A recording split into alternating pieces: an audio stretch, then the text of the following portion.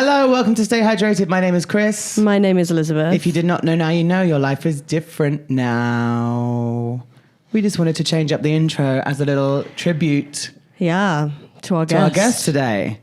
A little Easter egg for you guys, just in case you haven't looked at the title yet and you just press play on the new episode without even really looking. We love you guys the most. No, we don't. We love everyone equally. We love everyone equally. Although if you subscribe to the podcast and follow the Instagram, we love you more. Okay, yeah, period. That's a really inexpensive way you can support the podcast.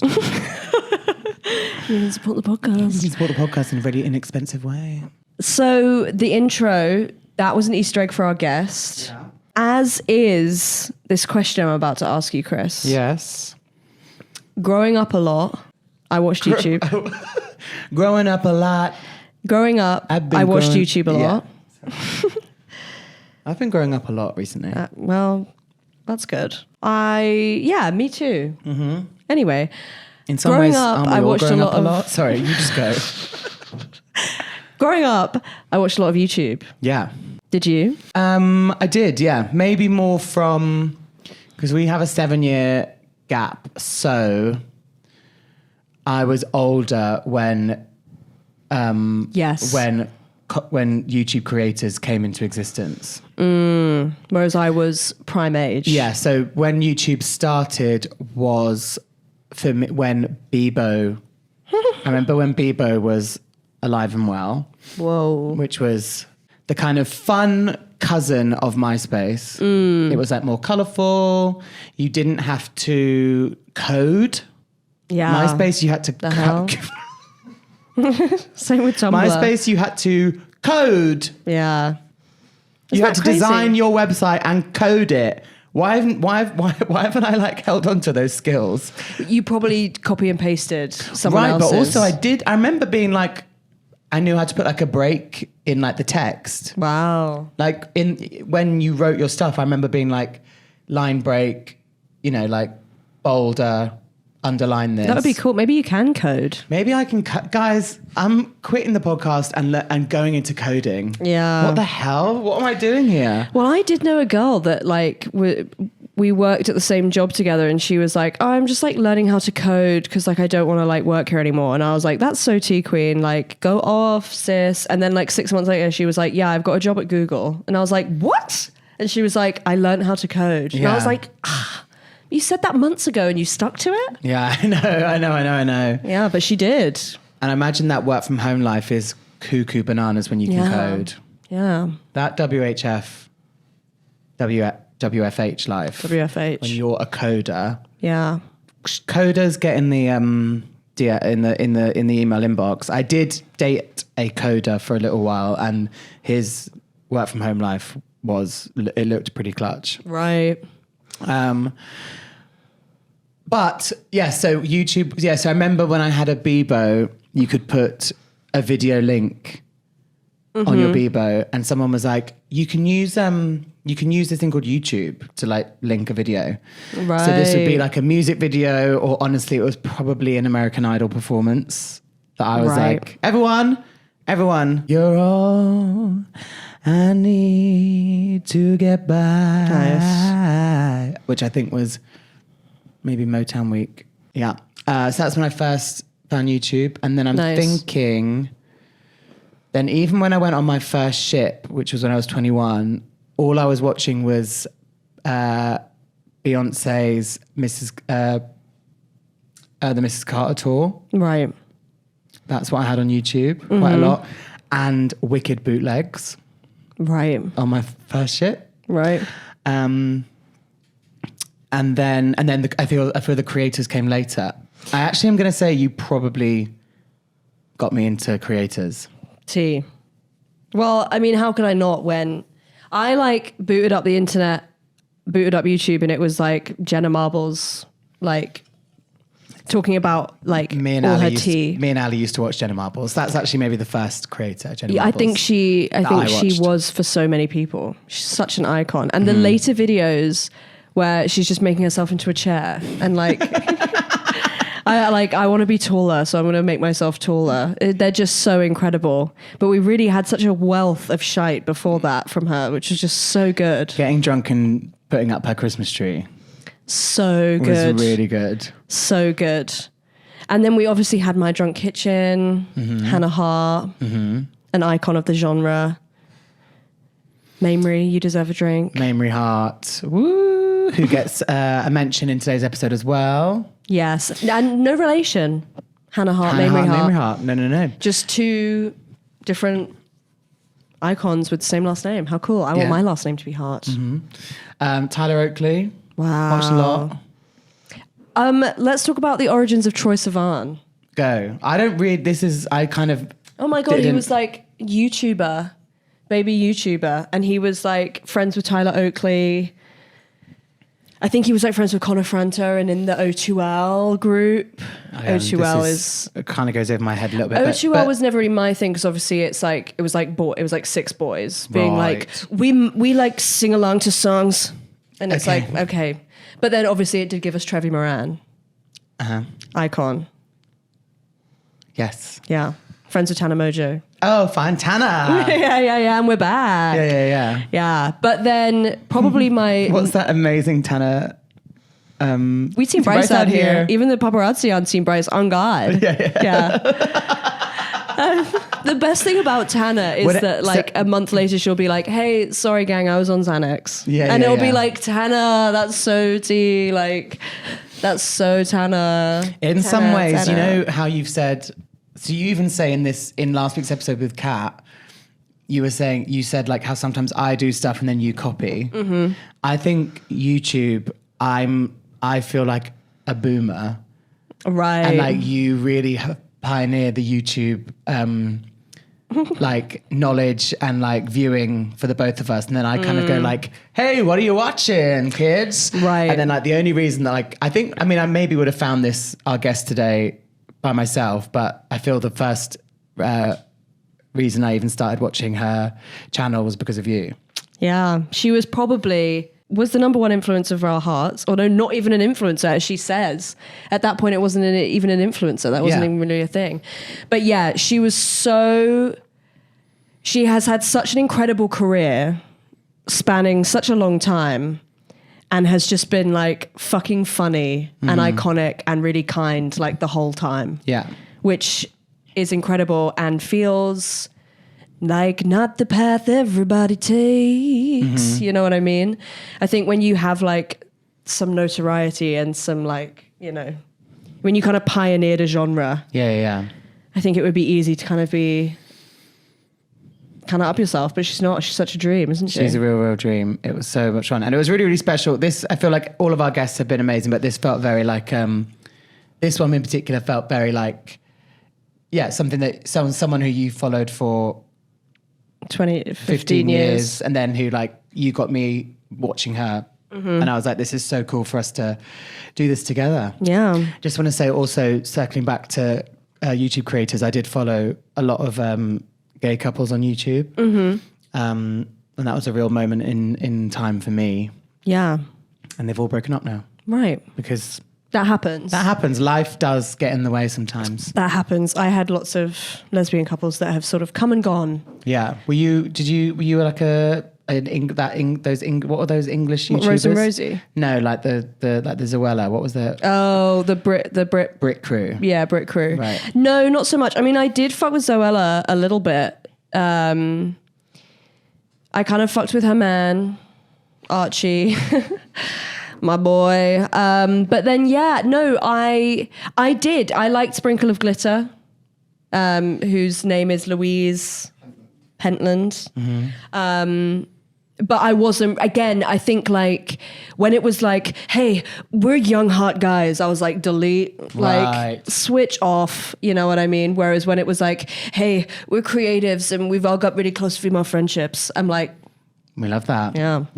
Plug into that for a moment. Yeah.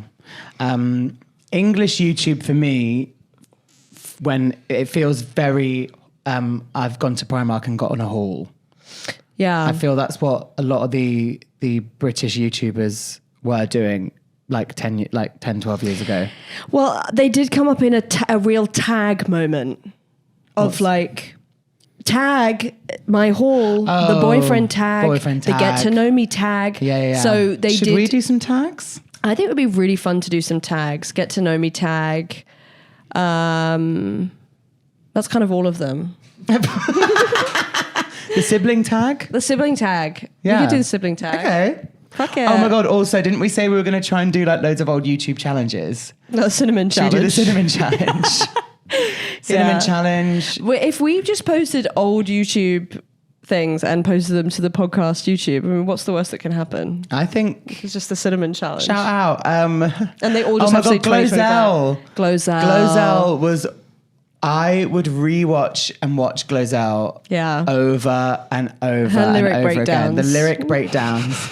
Never mind, I found someone like you. She gonna get him. The Glozell, Someone Like You lyric breakdown. It's so and good. The TikTok one is amazing. Yeah. But the Someone Like You, when she goes, never mind, I'll find someone like you. Oh, she gonna get him. She gonna get him. It's so good. Yeah. I heard that you're mad. Yeah. So good. Yeah. Watch Glozell. Glozell, come on the pod. Glozell, come on the pod. And now YouTube obviously is for gay men when they bring their friends over to just watch music videos. To watch cat's eye music videos, Yeah. and that's okay. Thank God. Thank God some people filmed the whole of Lady Gaga opening night in Las Vegas so I can sit at home and watch it all on YouTube.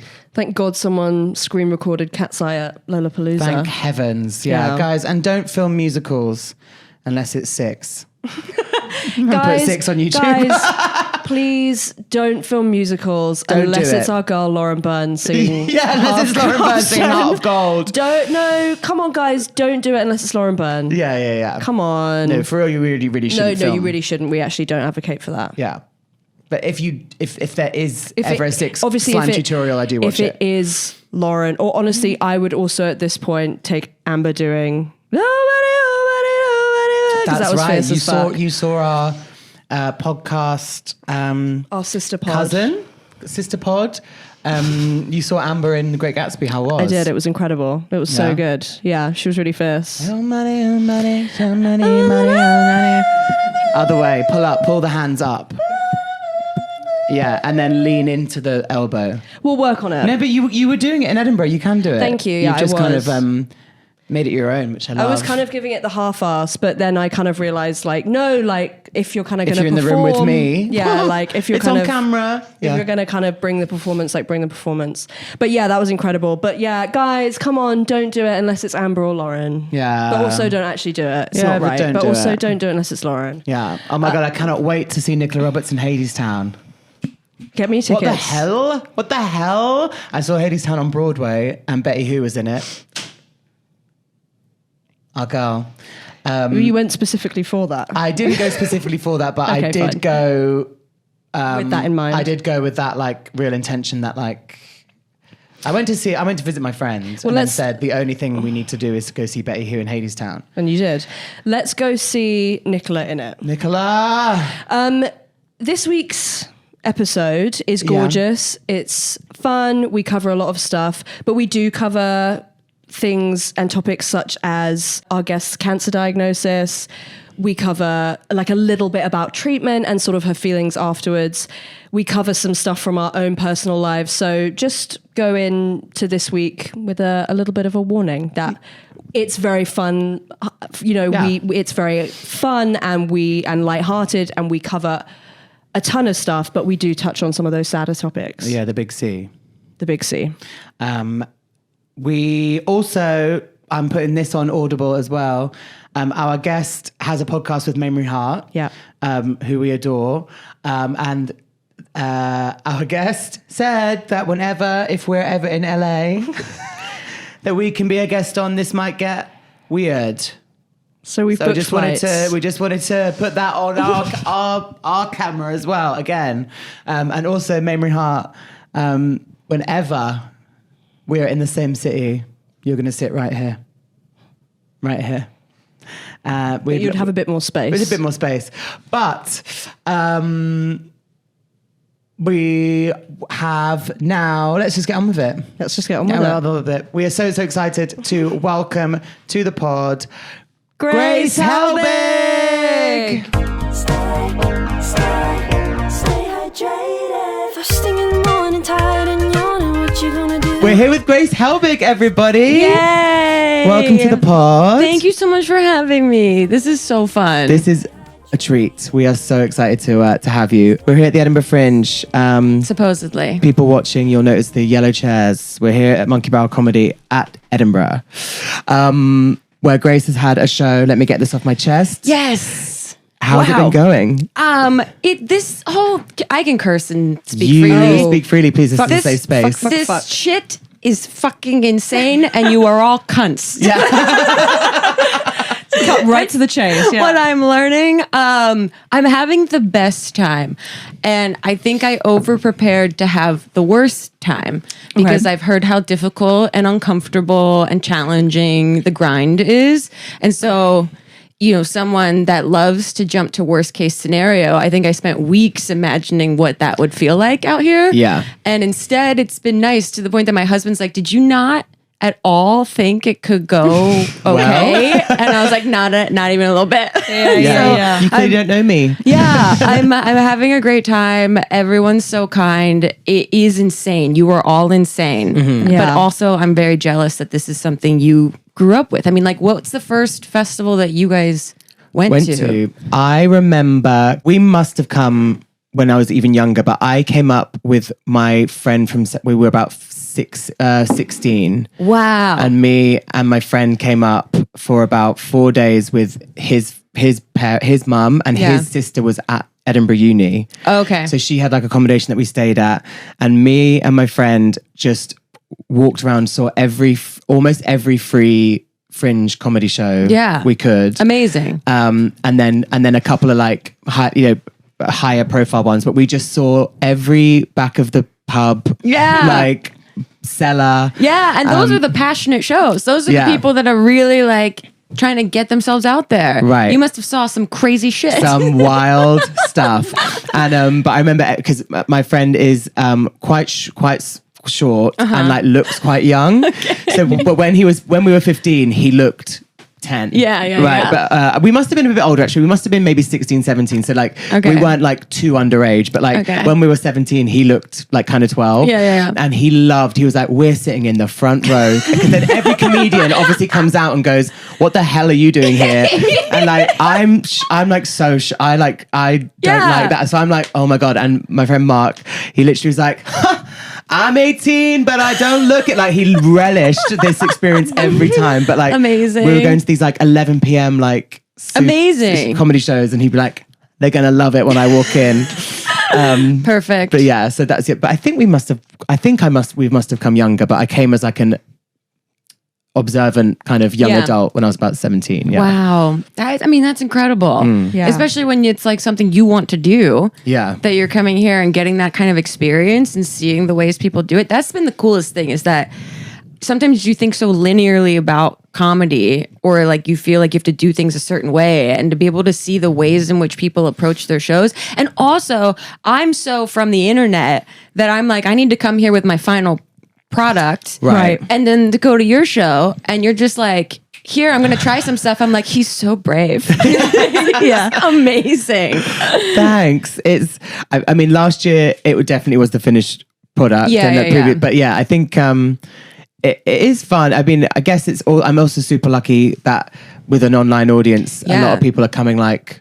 Yeah, how are you seeing that? Is that crazy, different than it used to be? Yeah. Sorry, I'm now interviewing you guys on your podcast. I hope you don't mind. We literally said, because we were talking and we were like, oh, how are our guests? We were talking through the podcast and we were like, if we run out of stuff to, we were not going to run out of stuff to say, but I was like, I'm sure Grace will, she's a podcaster. I have a we million won't ever questions stop. for the two of you. Yeah. I have so many questions. I learned, because I've only ever seen, I was talking to Mamrie on our podcast about you two, telling her that I was going to come be here. She's very jealous and sad that she can't be here. And, we've only experienced you guys in short form content. And so to hear so much more about you in your show, to hear your history of dance, to hear your history of being on cruise ships, to hear the history of like the 18-year-old mecca that you all take to whatever islands for like $5 or something. Yeah. So it's like the Cabo or the whatever of the UK. Yes. Yeah. Fascinating. Yeah. I have a million questions, but I'll let you go first. No, yeah. I think I'm lucky with the like a work in progress because it's a lot of online audience come and they're just like, we're down. Yeah. Whatever you want to do, like we're all good. Figure it out, which is so lovely. And I have done it 4 years in a row. So like, what's been amazing is people have come and they go like, we've seen all 4 years, which is like, wow. And they put like a story up with all like a selfie after every show. So that's like, yeah, it's super cool. That's really sweet. Yeah. Very But you've been cute. touring, working up the show live, mostly in LA, but we saw a bit in London. Yeah. So last year I put it up for the first time in LA, and then Mamrie and I came and did shows in London and Dublin. And I was like, I'll just take part of the show so I can kind of workshop it a little bit out here. And it went really well. And then I did a couple, 5 or 6 shows in the States, and then came here and was like, okay, this is going to be boot camp. This is like, because I started out in improv comedy, and that's how I met Mamrie originally, was doing sketch comedy on a team together in like 2008. Yeah. And then the internet stuff took off. So it's like, I've done stage stuff before, but I've never done it like this. And Yes. so I'm learning like, how do I hold a microphone on stage? How Yeah. do I walk around on stage? How do I hold myself? And I definitely feel like it's worth it for the experience of that alone. Because like, when else do you get to play this much? It's crazy. So yeah, now I get to go back to the States and do more shows there. Finally get my family to see the show. They've never even seen it yet. Oh, wow. Really? Yeah. And then that one's going to be an emotional one. Yeah. But yeah, this fall that'll happen. Exciting. There's Yeah. nothing that works to show up better than doing it 24 times in a row. And it's also like objectively, I guess it's serious content in talking about breast cancer. I'm radically desensitized to everything I'm saying. Right. So people have been sharing incredibly touching and moving and tender stories and experiences that they've had with themselves or their family or their friends. And so it's a lot of like managing my own emotions around all of it too. And that part you can't really prepare for until you're here. How has that been? It's been amazing. It's been beautiful, and it's been tough because it's obviously like real shit that people are dealing with that you don't know until they tell you. And it's beautiful that people have felt comfortable and safe enough to share different stories with me, and that they've gotten something from the humor of the show that maybe they hadn't gotten when they looked at cancer before. And that's like the whole point, is like, how can you take the piss out of cancer and laugh at it a little bit while still having reverence for the seriousness of it at the same time. Yeah. I brought my girlfriend, as I told you off camera, and we like sat down for it, and her father passed away from cancer like 8 years ago, and it literally like the lights went down and I was like, it's about cancer, by the way. Like, it was so bad. And she literally went like, But literally we watched the whole thing, and she was like, I'm sort of like this, like, you good? And we watched the whole thing and we left it, and she was like, I'm all good. Like, it was actually like, it was really fun to have the perspective of someone who's actually had cancer and survived it, and can kind of come on the other side of it and talk about it. But she just was like, it was just the perfect blend of, like, that's a relief. That could have gone really bad for you. Wake up. What the fuck? But I've had people come up and say that they brought someone, or, they weren't totally sure coming into this. Their mom passed from breast cancer, or a friend, and they didn't know like how this was going to affect them. And that they were actually pleasantly surprised that it like gave them permission to laugh at certain things that are just so dark and so ridiculous and so like world shifting, that laughing just relieves some of the tension around all of it. Yeah. You forget how many people are touched by it in different, or that's what I've learned ever since my diagnosis. It's like this whole invisible world just opened up of like the cancer community that has, like they say, it's the worst club with the best members in it. And it's just been incredible to be able to kind of, share all that. And a lot of people have come up and been like, my dad or sister or brother or whatever didn't want to talk about it. And so being able to hear a little bit about what their experience might have been like was really helpful. And I forget that, that part is really tough for people because it's so like, you don't want to burden people and it's so personal. And so I didn't expect that at first, but it's been happening a lot. And it makes me very encouraged to do it for that reason alone. Yeah. I mean, talking about tough subjects takes away their power. Yeah. And again, it's also something that unfortunately a lot of people will experience if it's not first, it's second or third hand. One in seven. The 1 in 6 joke is so, 1 in 7. Yeah, it's like it's so good. It's insane. I know it's very funny, but also Yeah. like what? Yeah. It's crazy. I know. Even while I'm here, I just found out a friend of mine got diagnosed, and I'm like, damn, it just is crazy. Yeah. And it's that, like, you know, cliche, laughter's the best medicine. If you don't laugh, you will cry. Yeah. So we might as well laugh about it. Yeah, 100%. Yeah. And I mean, at the moment, I as opposed to like, you know, your Lee, Elizabeth's girlfriend, we haven't had too much close experience with it. So I wasn't as if, but also it was a hilarious show. Thanks. Such good storytelling. I thought like the fabric of it, like the subject is all the way through. It's not like a funny show and then here's a really dark, serious 10 minutes. Like you kind of like, this is what the show's about from the start, but also we're laughing. Yeah. And it's also a lot about the internet stuff too. So it's like on its face, it's about, I guess, breast cancer, but you could argue it's more about being a content creator for 17 years and what that experience has kind of been like, which is insane to say 17 years. Yeah. There's a lot of content out there. It's perhaps too much, some might say. Perhaps too much. Who knows? I don't know how you guys do it now. It blows my mind. That space, I revel in the years that we had in the past because it felt so pure, so like unaffected. And now it's wild. It's wild. Yeah. Yeah. Even in the last, I first posted I did a couple of like TikToks in the pandemic, but like January 2021 was like, I was like, we're going to give this a go. Yeah. So that's what 4.5, and the way it's even changed and what you kind of need to be doing or how, and it changes so quickly. So you're like, people are like, you need to post at 5 p.m. And then you're like, actually, you need to post at 2 p.m. Tell me all the things you know about when you need to post. I am literally throwing spaghetti at walls. Yeah. I have no idea. It's all made up. And sometimes, like, I always said I was like, let's just quantity. I was like, have an idea, make it happen, make it a real thing. Yeah. Throw it into the internet. That's smart. And then I feel that like sharpened my muscle of coming up with these ideas and coming up with little sketches that are 30 seconds. But then even people are now like, there was a phase that was like, don't post every day. Don't post every day. I know. And now they say everyone's hanging out in stories and DMs and not on main feeds. And so when you post something on your main feed, you like lose followers. Right. It's very demoralizing. I feel like I'm constantly humiliated by my own social media.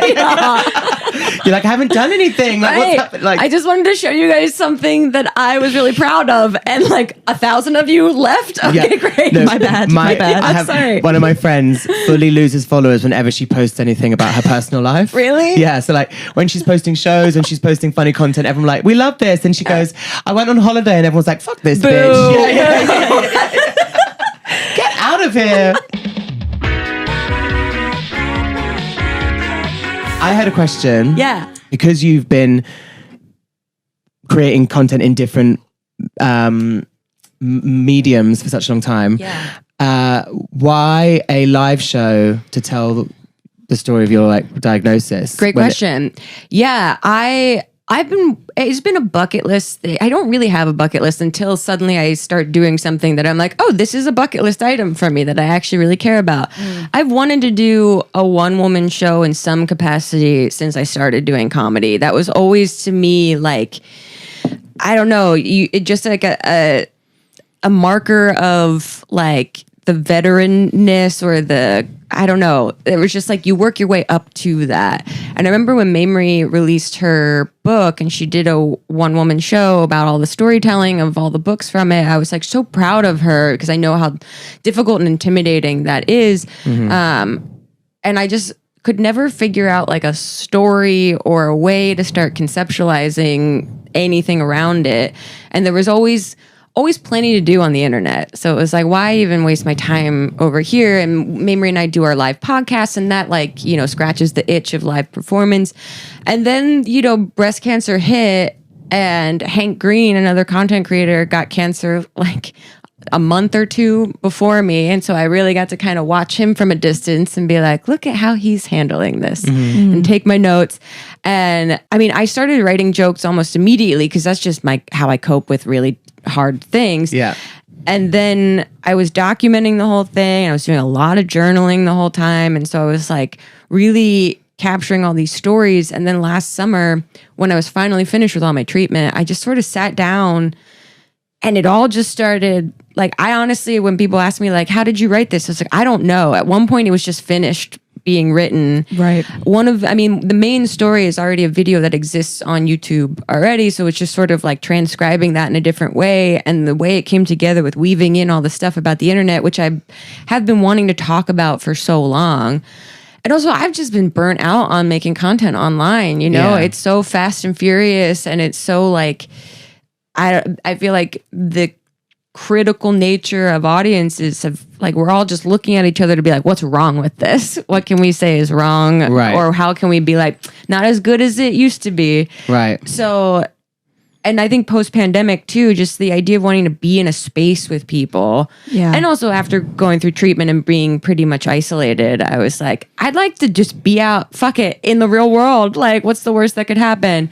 And so it's been really just nice for my brain to try this platform and to feel like it is now genuinely scratching an itch. And when I first came out here, I did a podcast with Kate Copstick, and she's this older Scottish comedian. And I asked her for advice since it was my first Fringe, and she was like, you better really love the show that you're doing. Because if you don't, you're going to have a really hard time out here. And I was like, oh my God, do I even like what the fuck I'm saying? Yeah. And then the more I did it, the more I was like, oh, I'm having fun with this and I really enjoy it. And it feels like I'm discovering this part of me performance-wise that feels very invigorating. I got, you know, after 17 years of doing stuff on the internet, anyone would be like, Yeah. I just hate myself. I hate this. I've done every idea I can think of. And you also were grinding. Yeah. You weren't for a long time, you weren't a 1 a week queen. You were 5 days a week, contractually obligated. Yeah. I love doing my homework, which is how I kind of saw that. But even now I'm trying to figure out how to like restart my YouTube channel. And it seems so intimidating because the space is so different. But doing this show, it feels like it's like, I don't know, combining a lot of different avenues of my life, which makes it feel really personal, which makes it feel really special. And so it's just been, I don't know, like I'm following my fear and I'm following my curiosity, and I'm having a really great time doing it. It's already got me thinking of like, what would another show look like? Right. Which is crazy because I'm like, you just do one and then you're done. And that's it. That's all you get. But now I'm like, oh, I'm so inspired by seeing how everyone conceptualizes their pieces out here. I'm like, oh, you can do anything. Yeah.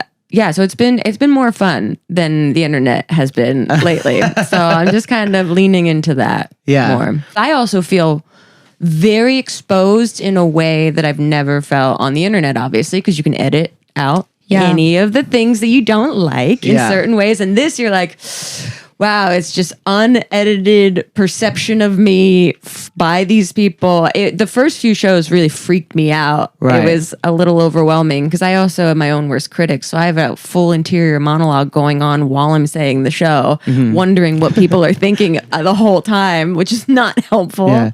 No, that's mad sometimes when you can be doing your show, getting everything right and having there's a whole other plane of communication you're having with yourself, being like, I'm hungry, or like, damn, this person's really annoying me over here. Like, they won't not get off their phone as you are, and you're going like, I'm doing all the facials and I'm going, wah, wah, wah, as I'm going like, damn, I really don't feel this tonight. Like, I don't know what, and then you go like, I am crazy, I guess. Yes, it is. It's like, it's very cool because it does feel incredibly intimidating, way more than making internet content has ever felt in a certain way.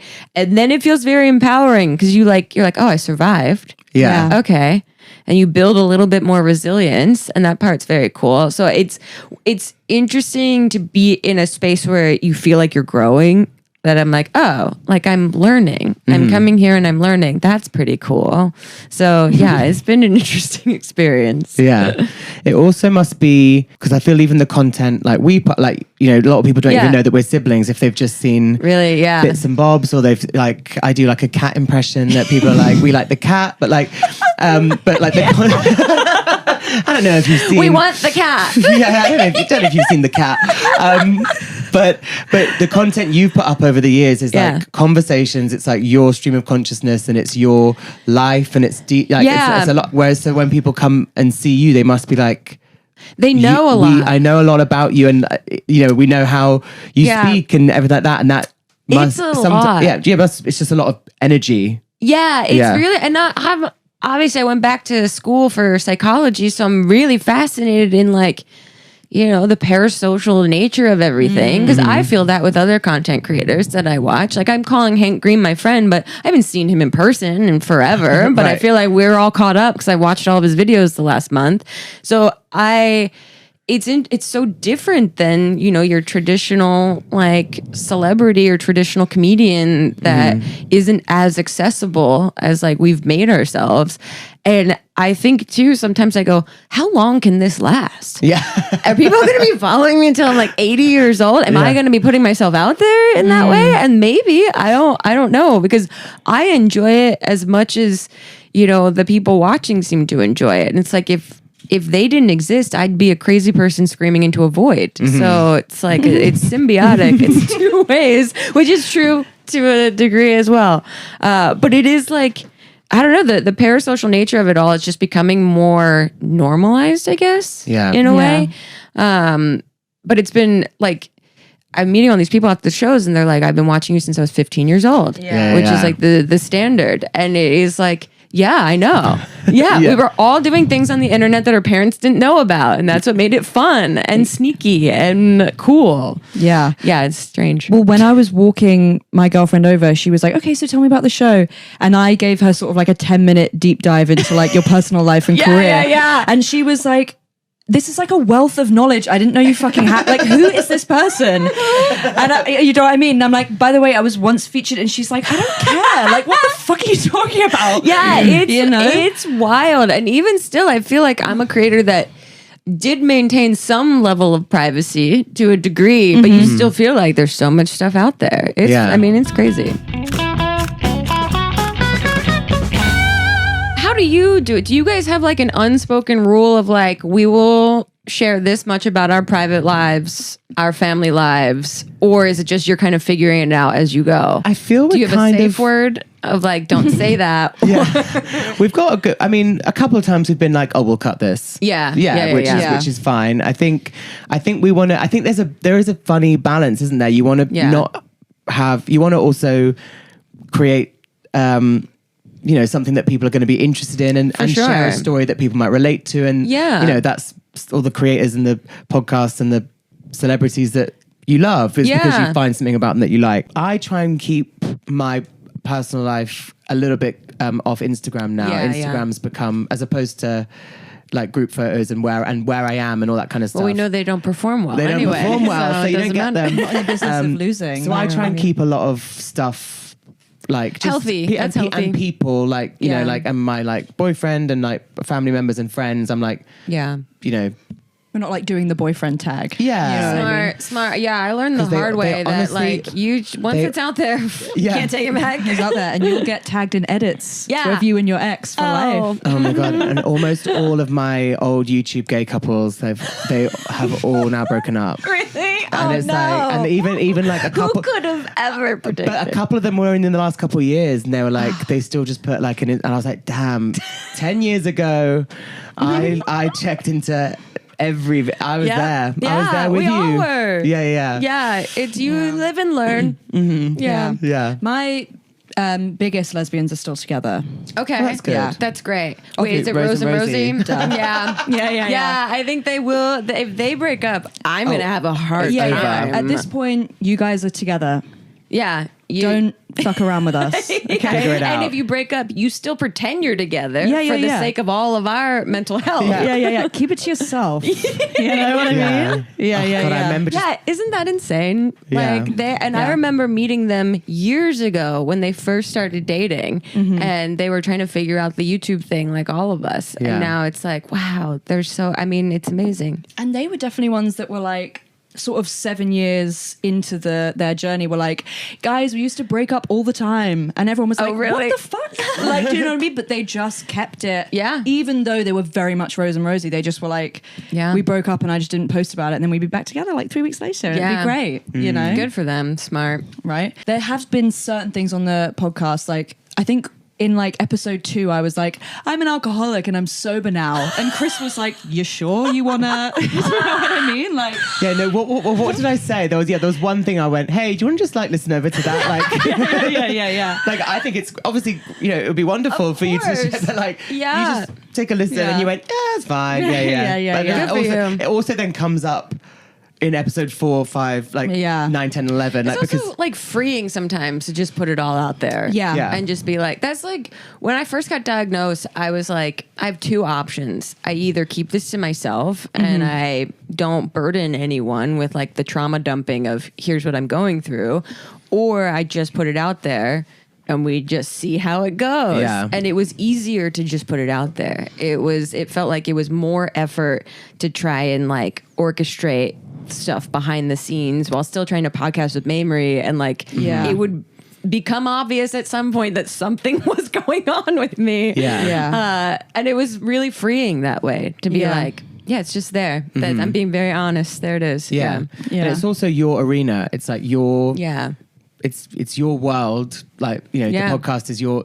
and it's your people. Yeah. Like I'm not gonna hide here. And we're very lucky to have cultivated an incredibly kind and like safe and hilarious like audience that it feels okay to share this kind of stuff because you like trust them with this information that feels, I don't know, just very human and very like, oh, I would do the same for you if you entrusted me with this kind of information. So there is like, I think it's, over the years, we've just built a certain level of trust. It doesn't mean we tell them everything. No. But some stuff feels okay. Yeah. I do feel as well, like when you choose to be vulnerable, even though it's not necessarily the number one priority, like I have a friend in Florida called Matt, and we both like listened to podcasts. We like loved it. And our friend passed away from cancer. Wow. And even you posting about your stuff, it doesn't make it any better, but for whatever reason, it's just like, I don't know, when you go like, other people go through it. Yes. Other people live. Yeah. Other people die, and that's like what it is. And there was just something about it where we were like, okay, we're like slightly heartbroken because we're like, our other mutual friend, never met you. Yeah. You know what I mean? Our other mutual friend is, but you do go like, okay, like she's been diagnosed, and I don't know, there was something long term that was actually comforting about it, even though it wasn't. That's really amazing to hear. Because in hindsight, just being a neurotic overthinker and like really self-critical was like, did I put too much out there and like make people have to handle like my own trauma, or did it trigger people in different ways? And also in my mind, I thought I looked pretty normal the whole time. And then I look back, I was like, Jesus Christ. And I was like, I look great today. And I remember like, again, seeing Hank kind of go through it. And it was really, it made me excited to like root for him in a certain way. And not that I wanted people to be like cheering me on, but to share the humanness of it. Cause like humanity's messy and it's frustrating and it doesn't make sense and doesn't feel fair a lot of times. And so being able to share that gross, like angering part. Yeah. I don't know. Somehow, like you're saying, it's hard to kind of articulate, but it just like, it brings some levity to it in a certain way. Yeah. Or like it just connects us. Really. Yeah, You yeah, remember yeah. that we're more connected than we are apart. Yeah. In certain ways. Yeah. Both of our parents' mums died when our parents were very young, both of cancer. So like Wow. our blood grandmothers died when our dad was 2 and our mum was 10. Wow. So cancer has always had like, it's like this weird, unspeakable, it's not something that is spoken about. Yeah. Like grief and death wasn't spoken up growing Yeah. up. Like people just disappear. Yeah, yeah. Then when other people, grandparents died at like, kind of a regular age, I don't think our parents are completely versed in talking about grief and like doing all that, because it's like obviously very, very painful and it happened. Yeah. But then you kind of go like, well, actually, we're going to need to talk about this at some point. We're going to like, hey, and then, when Taylor passed, Elizabeth was living in Florida at the time. I was in London, and I was like, oh my God, you're going through this. Yeah. You were 22, 24. 24. Oh, no, 22. Wow. 22. And I was like, I don't even have the vocabulary Right. to say anything. Yeah. But actually, cancer's actually been in our family, for a while. Yeah. Yeah. So yeah, as you talking about it, I think it's almost you it just almost have makes to. It almost wasn't a choice because Yeah. And everyone's it like, also makes it like scarier when you don't talk Totally, about it. yeah. in a And when certain you go way. like 1 in 6. Yeah. Like, yeah. There's no crazy. point in not talking about it. Sorry, I feel like you've come on and we're like, yeah. do you No, wanna this is all I do. Okay. So Cool. I'm sorry if I'm bringing the mood down. No, but no, no. sometimes, I can say that most of my life I was very repressed about my feelings because, again, I grew up with my grandmother's from England. My mom is like one of 8. She grew up in a very we don't talk about our feelings household. My dad, same way. And so when I got sick, my dad, I'm very lucky all my parents are alive right now, but obviously mortality has stricken my brain Right. of I'm constantly in the thought of them passing. And my dad had a really, really hard time when I got diagnosed.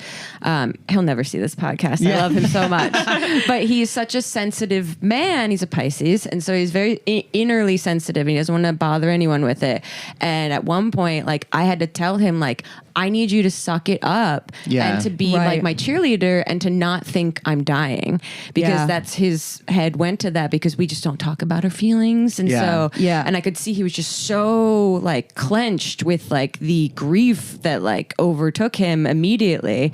And it just, when you talk about things, it relieves all the pressure a little bit, even if it's difficult and it's uncomfortable. There is a sense of relief in a certain capacity that I think is worth the discomfort of the conversation. Yeah. and you're right, there is something, I remember, there's something about being okay, I am the one with the diagnosis. So now it's actually, this is what I need from you. Yeah. Do you know what I mean? I honestly, I tell my husband this, I'm if this happened, I feel almost, this is going to sound crazy, I feel lucky that it happened to me, because there was a sense of control that it was in my body and I was dealing with it. And so I knew how I felt at all times. If it was happening to my husband or to my parents, the lack of control of being a caretaker is with your friend, it's really difficult. Yeah. And so challenging, because you have to just relinquish this idea of control, period. Yeah. And that's how do you, that makes all the wheels spin off in life. Which is, I wonder why, when you're saying in the second episode that you were I'm an alcoholic, I don't drink anymore. Yeah. There's some sense of taking your power back, taking your control back. And there definitely is. And I think there's also something about the more I talk about this, the more it becomes harder for me to. The less you know intense, what I mean? the less it's pedestalized as this big scary thing that needs to be talked about in the perfect way, or needs to be presented in the most I've thought exactly around every corner and every side of this conversation about it, and I'm presenting it to you perfectly. It's all messy. Yeah. And so sometimes just getting it out there is it's an emotional fart. Just get it out.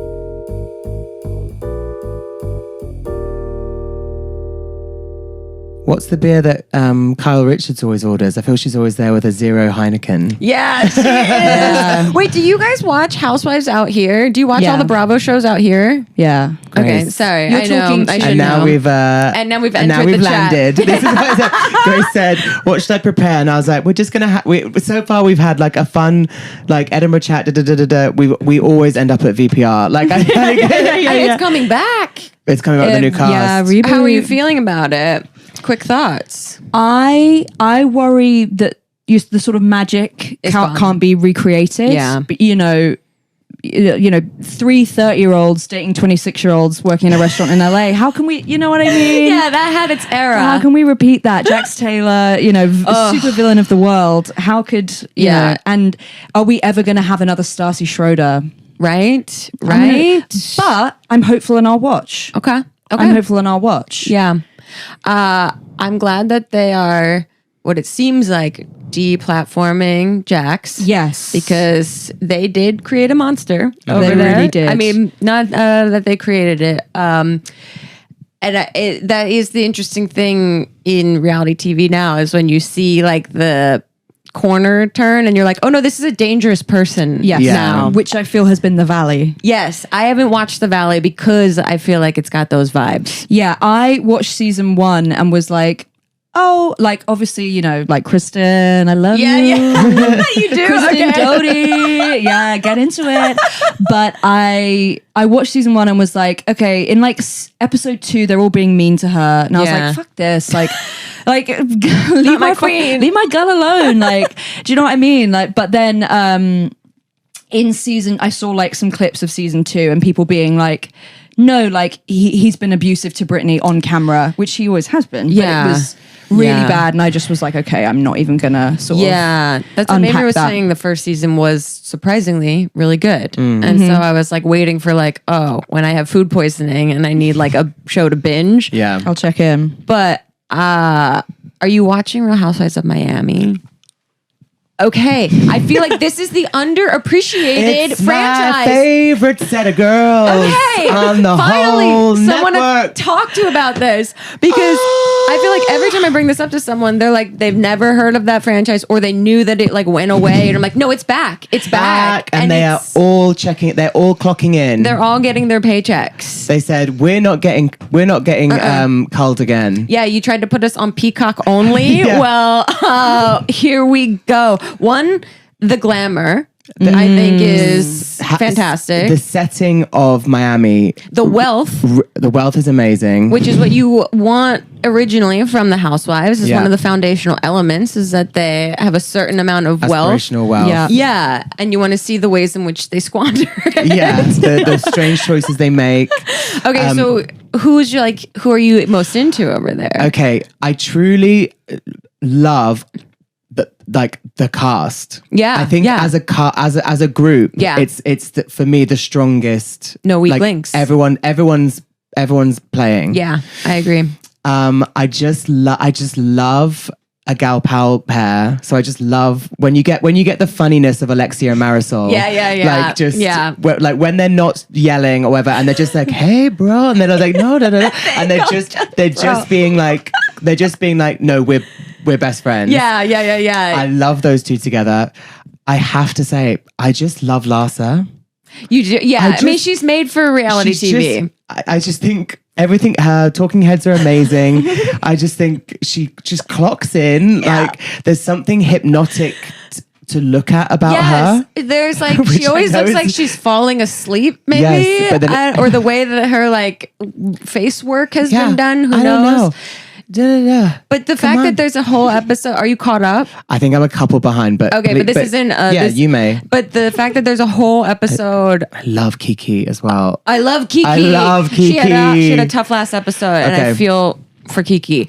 She, Lars is just like the whole storyline is. What's her face not unfollowing her ex? Oh, on Lisa. Instagram. Lisa. Yeah. And Lisa's also made for TV. Lisa's like just incredibly Lisa on her Hochstein. own time. Like truly I think a well-intentioned narcissist, maybe. Yeah. I don't know, but also went through something like insane. Like their lives are insane. Insane. Yeah. Yeah. And she's like 3 hours late for a Everything. trip, a bus journey. And the new girl, Stephanie, just goes, "Hey, Lisa, do you think your time is more important than ours?" And she goes, "Don't talk to me like that. Don't talk to me like that. How dare you?" And she My goes, father just died. Yeah, yeah, yeah. Like, okay, No. oh my God. Truly, but we have been waiting here for 4 hours. I don't know what to tell you. You could have sent us a text. But, Yeah, you can tell like the PAs went on the bus and were like, Jesus fucking Christ. Yeah, and like yeah. she's speaking for everyone.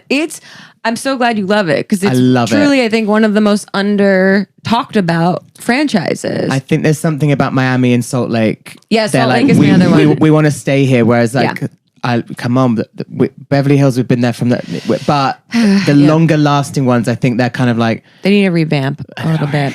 Because Salt Lake 2 is playing into the camp. It's high camp to me. They're letting the editors have a Theatrical. really fun time. Funny. Which makes the girls, I think, seem funnier than they might be actually in real life. And so they should be paying those editors for the way they're being cut into these shows. Yeah. The Monica of it all. The Jen Shah of it all. Jen Shah. I mean, I mean... do we get her released from like, when are She's- we going to get her I mean- released? Season 6, season 7? Yeah, and she's going to come right out to a show. Yeah. Like, it's going to be insane. And at what point does Bravo go, like, so we've had, 2 housewives go to jail? Should we check before? Yeah, like, what? How many more times can we keep this happening? I know. They're doing it on purpose. Yeah, Hey, it's fascinating. I would love a reality show about the casting process behind the scenes. Nice. Because they're always friends of, or they've always... Have you watched Atlanta this last season? I started it. Atlanta was truly Atlanta in the golden years was so Amazing. funny. Yeah. They were so funny. Yeah. And then I've had a little bit of trouble with like just the chemistry, the They're trying to alchemy of find- the casting. Yeah. And then I am gonna miss Kenya. I think she's coming back. I heard rumors that she's coming back because like the fans were like, because the other girl, The fans were this. yeah, literally that. Because the other girl, the new girl that was in insurance or something or whatever that Kenya, like Brit. Yeah. She didn't even show up to the reunion. Oh. No one knew that she wasn't going to show up. She's suing the network for who knows what. And so I think fans are like, bring Kenya back. She did something bad, but please. Phaedra's back. Kenya, bring them all back. yeah. Come on. What? Do you have any British shows you like? Yeah, I mean, we get into Taskmaster. We got into Would I Lie to You in the pandemic. I married a straight man, so it's hard to get him to watch any reality television with me. And he loves Peep Show so much. Yeah, That's one of my favorite programs. yeah, it's literally his too. And so we watch a lot of that. But I want to get into. Well, they're bringing back London Housewives, aren't they? Yeah. Yeah. Yes. What's it called? Real Housewives of London. Oh, it is called that. It used to be Ladies of London. Yes, because that's where we got what's her this face is- that went to Dubai. I can't remember all their names. But now this is RHOL. Yeah, I'm Yeah. really excited for that. The revamp because I think it's one of the original women too. I think so. From- Yes. that there was like the American that was on it or something. Oh yeah. Yeah, Which interesting. yeah. No haters, obviously. All Americans welcome at all times. But I do go like of London, but she has lived here for ages. Yeah, she lives here. Yeah, she lives Supposedly. here. Yeah. Well, okay. What is like the UK reality show to watch if there is one? I mean, Love Island's a pretty Right, Love that Island. is Juggernaut. yeah. We have now Geordie Shore used to be. Geordie Shore. Right, yeah. Which I did watch Made years in Chelsea ago. and So Made in something about Chelsea. Essex. Not something about Essex. The Only Way The is only way Essex. is Essex. Those, yeah. I forget which one I'd seen, but I started watching one of those and it just felt maybe more scripted. Were they posh or were they? Very posh. And Made it in was like Chelsea. fancy, like camera editing Yeah, and yeah. stuff. And I was like, oh, I don't know if I like this kind of polished Yeah. thing. Yeah. I like when it's like someone had to bring a camera on their shoulder because the housewife is saying something problematic and they need to run Yeah. to the Yeah, room yeah. and get it. Jogging down the Yes, hallway. Yeah. No, I think they both even sort of say like some of this has been, it's a bit more, was it The Hills that was a bit more Yeah. scripted? Yeah. But then we weren't told that at the time. No, they broke the fourth wall at the The end. Hills. was so iconic. And I love in those ones when you watch The Hills back, it's literally like just them yelling in a parking lot with like just one guy being like, and she's going, Jason, and it's just they're like running after like Jason out of Les Deux or whatever. Like, and she like Les Deux. The not Kristen Cavallari, the other main girl, Whitney, Audrina, Lauren, objectively like a personality that you would never cast on reality television. Not anymore, yeah, but like at the wet time, noodle a bit. And so, but I remember growing up and being like, their life is perfect. Oh my God, she was perfect. Yeah. Do you remember, I want to forgive you and I want to forget you? Oh, the mascara tear. Yeah. And she, oh my God, Lauren and Audrina's like kind of like reconciliation. She goes, if you want to go back to being friends, that's all I want. That's all I want. All I can think and about. And then Audrina had to be like, I don't know. We're not actually. These are the women that raised us. Truly. All I can think of is I used to read Perez Hilton when I was younger. Like when he would just say whatever he wanted, he always called her ceiling eyes. Oh, Audrina. Yeah. She did look at the ceiling a lot. She did look up a lot. I was like, that is so mean and silly at the same time. But yeah, iconic. They always used to have these like jobs. And then must have just like, just leave and film or whatever. Like she's actually on the front desk at like EMI or something. And then Audrina just like, hey, I need to go and film a scene with Justin. And it'll just be like this, Justin's just broken up with her, but she's like fully on shift. Like, this is so annoying. Like, yeah. And then I remember Whitney got her spinoff in New York. Yeah. Yeah. The City. I did like that. I was like, but in hindsight, I'm like, wow, that was so scripted. Incredible. Yeah. I feel that is part of the magic that we will lose with VPR is because it was, however many years ago, at least sort of like 12, 15, and particularly by the time they were cast, I think they had 2 whole years from like pilot to release. Yeah. And it was like, being a reality star wasn't really a thing. They all wanted to do something else. Yes. And they all, because they didn't fully grasp it, they did the craziest shit. Do you know what I mean? Yeah. Like when Kristen punches James.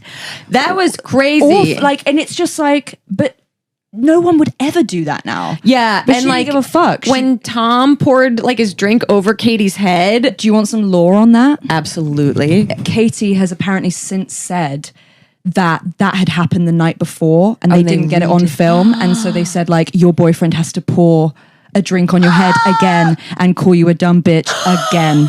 And so what, how she's... You're cool with that, right?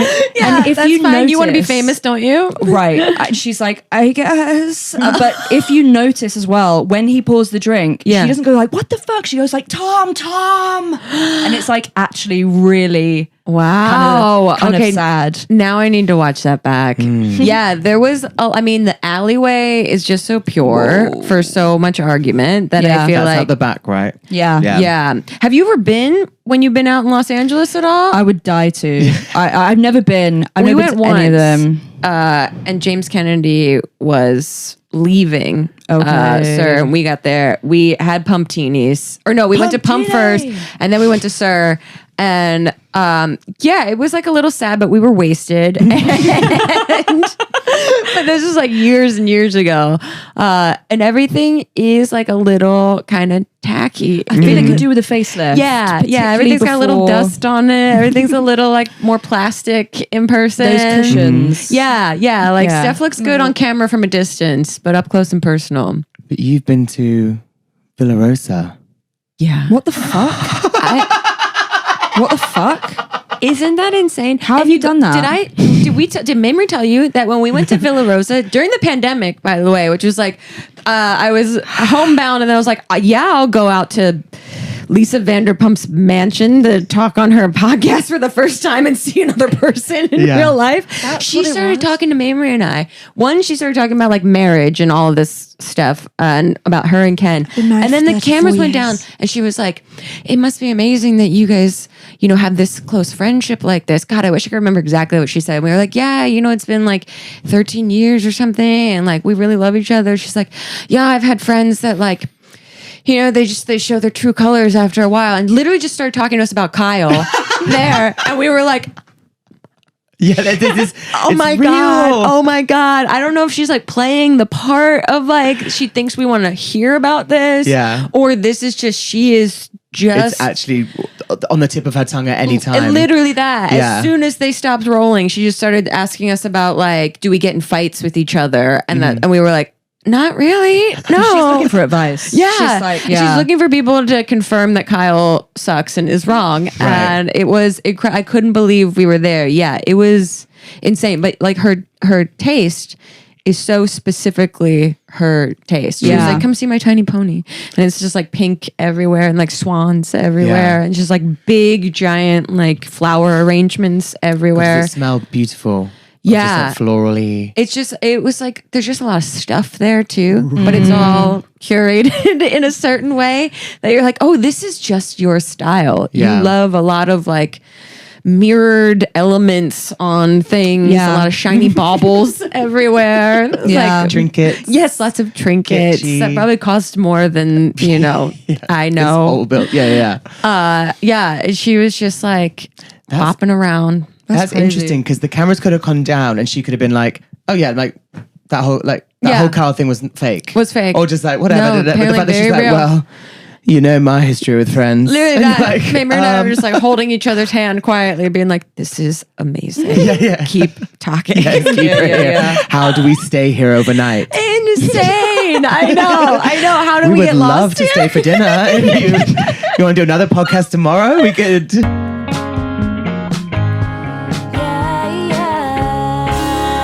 Grace Helbig. Grace. Oh Grace my God. Helbig. I forgot we're doing a podcast. I know. Thank you so much for being here. This has been such a joy. Thank you guys so much. This is so sweet. Come to LA. We never have guests on our podcast, but we would for you guys. So I know. Big talk. Mamrie would back me up on this. Oh my God. Problem is, it's like we will book a We'll- flight. yeah. And we'll be like, How's September 4th? Let us know. Mamrie is missing this whole thing. Yeah. And so the FOMO alone, she'd be like, I use my frequent flyer miles. They're flying here. Oh my God, love. And also, Mamrie, whenever we can, you're on here as well. Yeah. We'll do it with everyone or both or whatever. Everyone. Thank you so much. Thanks. And thank you so much for listening. Love you, Elizabeth. Thanks for being here. Love too. you, Chris. Thank Bye. you. Before bed is good for your head. What you gonna do? Stay hydrated.